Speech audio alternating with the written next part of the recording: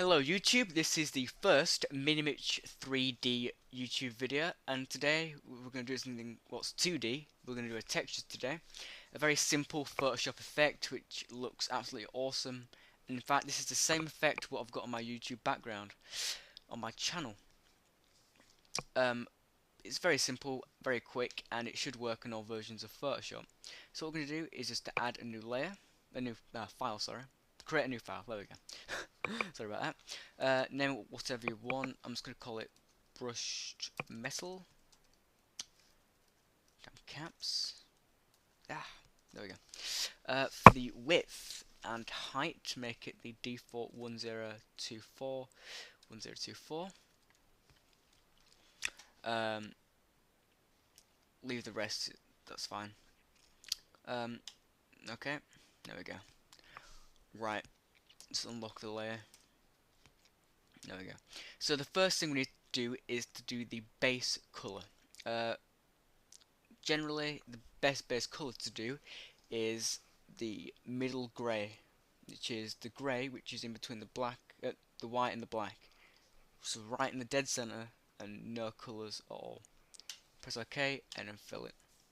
So now we've got this base background. Now what we're going to do is to add the noise effect, which is going to be the base for the brush metal effect. So I'm just going to go to filter, noise, add noise, make sure the amount is on the highest amount, which is 400, put the distribution on Gaussian, and make sure monochromatic is checked. Little fact for you here actually, the opposite of monochromatic is heterochromatic, and David Bowie is heterochromatic. He's got different coloured eyes. Little fact for you there.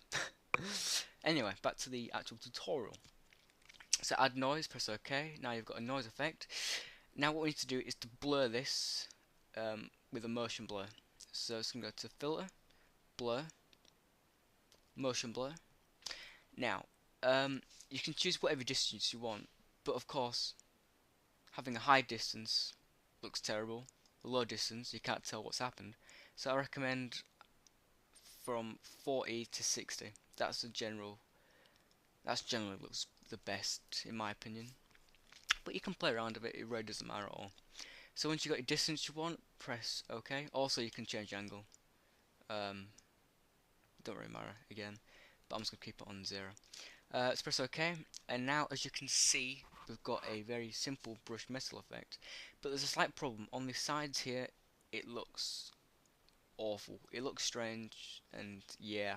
So what we need to do is to press Command T. So this is free transform. We're just gonna scale up the image to get rid of those little nicks on the side.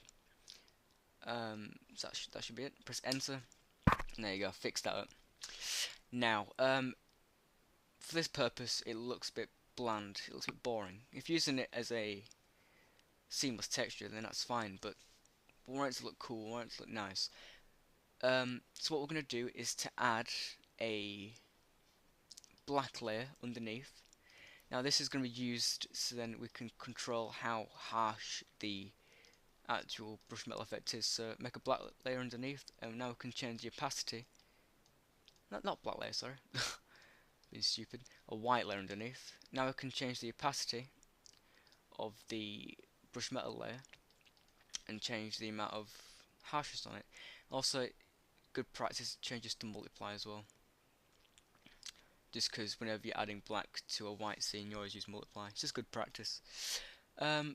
So we don't want it too black, but we don't want it too white. So I reckon about there. I might actually change this layer a bit down, a bit darker, a bit lighter maybe. Yeah, that's alright. I'm just going to merge these layers as well. So hold shift and click on the other one, and it selects both, and press Command E. It merges them.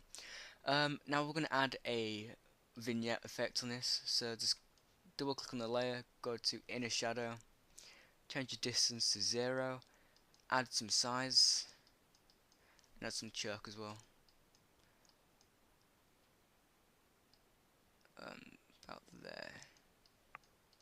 Change the opacity down a bit. There we go. It's alright. Now also we're going to make it so then it's got a black layer on the bottom. So let's create a new layer. Gradient tool, so it's black, and just drag up. Change the opacity down a lot. There we go. Simple. So this is the brush metal effect in Photoshop. It's easy to use, and it's yeah, looks cool. See you guys later. Bye.